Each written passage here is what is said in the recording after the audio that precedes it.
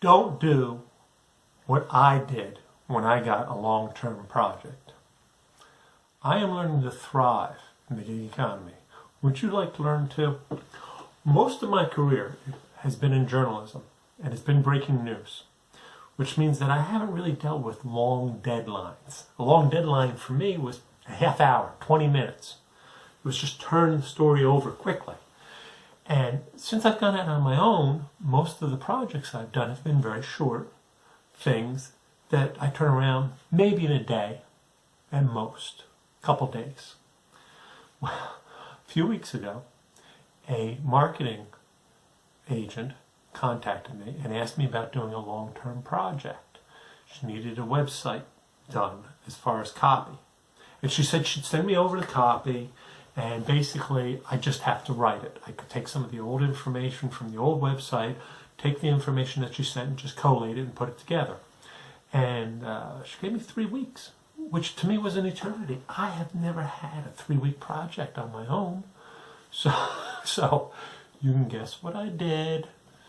I put it off. And then I put it off some more. Finally, a few days ago, when deadlines started to creep up on me, I sat down and I really started to work on it, and I realized the material wasn't there. It was not enough material for me to do the work. So I had to go to her and say, look, I'm going to give you what I can, but I really wish I'd been involved in this at the beginning because the material is not quite what we need to put together a website. And so the last couple of days, I've been really cranking and putting out the pages and doing what I can to get things done. But it's going to be tough. It's going to be tough. And I suspect what she's going to have to do, she's going to have to go back to her client and say, we need more information. Then they're going to have to give it back to me, and it's going to take some more time. And that's my fault. That's my fault. So I was thinking, a couple things that I should have done that you ought to do next time you have a long-term project.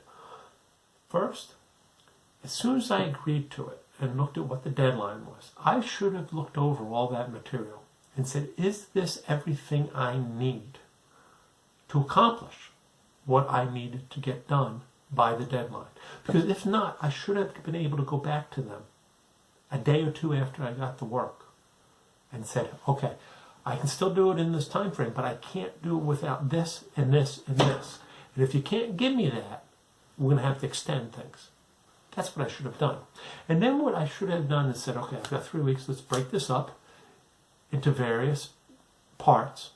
Let's plan on doing this much by this time, this much by this time, but this much by this time.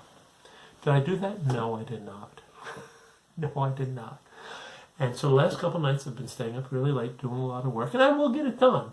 I mean, the stuff will get done. It won't be as good as filled as I would have liked if I had known that the material wasn't there. And we've already requested follow-up interviews to get that information. But it's a shame, because now I've learned a little bit about how to deal with a long-term project. And if you've got any other tips that you could give me on how you deal with a long-term project, I'd really appreciate it, because I'm still learning. I'm hoping you can learn too, and I hope you learn not to do what I just did with this long-term project. If you've got any comments, please leave them below. I'd really love to hear from you. And please like and share this video if you find it helpful. YouTube is really looking for that. Subscribe so you don't miss any of my videos, and talk to you next week. Thank you.